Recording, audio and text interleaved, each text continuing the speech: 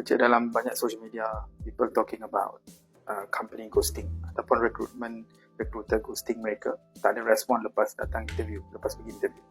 Alright, daripada side mereka, mungkin ada banyak sebab, tapi as a candidate, what you can do is that lepas habis interview, I'm sure dia akan cakap, we will get back to you within few days, ataupun 1 week, ataupun specific timeline lah.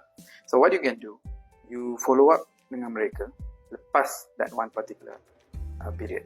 And then kalau ada respon, bagus. Tapi kalau tak ada respon, what you can do, you set a timeline. Alright, you set a timeline. Lepas selang beberapa hari, I akan follow up dengan syarikat. You set that in your mind. Dan bila sampai the last timeline, you rasa lepas ni saya tak nak follow up lah. So what most of us we do, lepas last follow up tu, kita pun ghost mereka. Kita pun tak, we don't do anything, we just forget about it. Right? Sebab kita tak muak. I understand. But what is the appropriate way? Alright, you do this and mungkin dia akan bantu you dari about 50% untuk continue the relationship with the company ataupun recruiter. Right?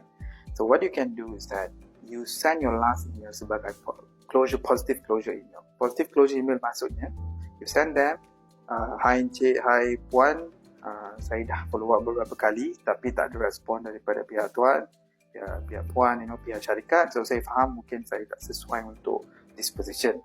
But nevertheless, kalau ada peluang lain yang sesuai dengan kebolehan saya, dengan skill set saya, you can always contact me and we can always collaborate.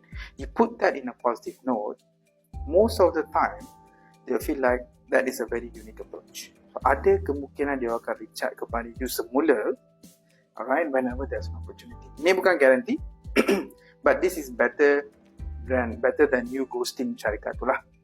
Okay, so try this. Maybe it will help you in your journey.